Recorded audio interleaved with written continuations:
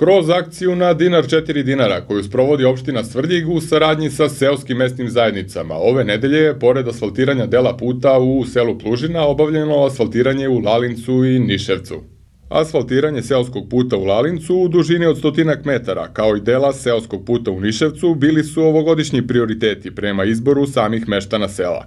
Na svaki dinar koji su oni prikupili iz budžeta lokalne samouprave izdvojeno je još 4 dinara, pa je tako opština Svrljig finansirala 80% od ukupne vrednosti radova. Sam završetak radova obišao je Nebojša Antonijević, predsednik Skupštine opštine Svrljig, koji je tom prilikom ukazao da je iz opštinske kase ove godine za akciju na dinar 4 dinara izdvojeno više od 2 miliona dinara, da su meštani svrljiških sela zadovoljni zbog rešavanja infrastrukturnih problema kao i kvalitetom obavljenih radova.